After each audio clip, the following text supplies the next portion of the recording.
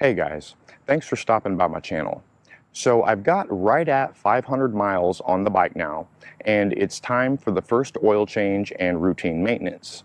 They actually recommend changing the oil at 300 miles for the first time, so I'm a little bit past due, but I've got this oil filter from Royal Enfield, and the part number is 575139/F as in Frank. And you're going to need a size 13 wrench or ratchet to get the drain plug out. So if you come around to the right side of the bike, you can go ahead and remove the fill cap just to get rid of any vacuum if there is one. The drain plug for the oil is this lowest bolt on the front of the motor.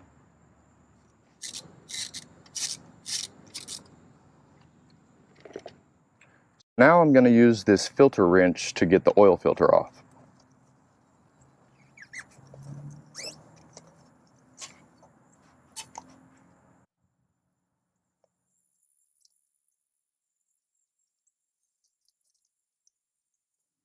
So while the oil's draining, I'm going to go ahead, walk around the bike, see if I can find any loose bolts. I'll check the fluid in the brakes. I'll check the exhaust for cracks and just do some routine maintenance. I'm going to check both sides of the exhaust near the motor and see if there's any cracks.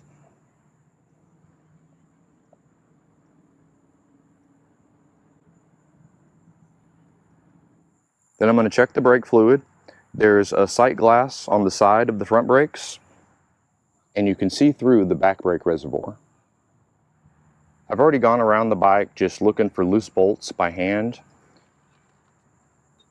I didn't really put a wrench on anything.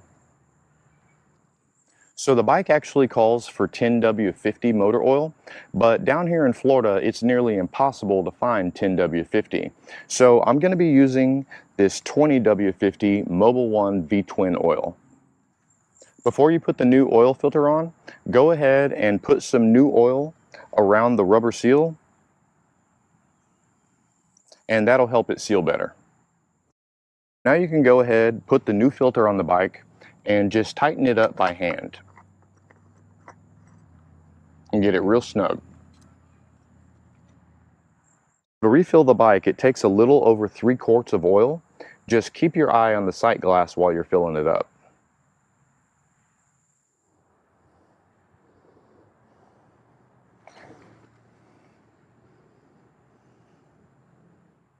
The last thing I'm going to do for today is I'm going to go ahead and adjust my clutch lever. It should have about 2 to 3 millimeters of free play in it, and if you see, mine has about an inch. So I'm going to go ahead and adjust that real quick. If you come to the clutch adjustment on the right side of the motor, you can loosen up this retaining nut, and we'll need to move this nut forward so we can tighten this nut up a little bit, and that way is going to give you less free play. If we took it backward, it would give you more free play. Now the free play in the clutch is a lot better. Well, that's all I've got for today, guys. Thanks for watching. If you haven't already, go ahead, click subscribe, and stay up to date with my latest videos.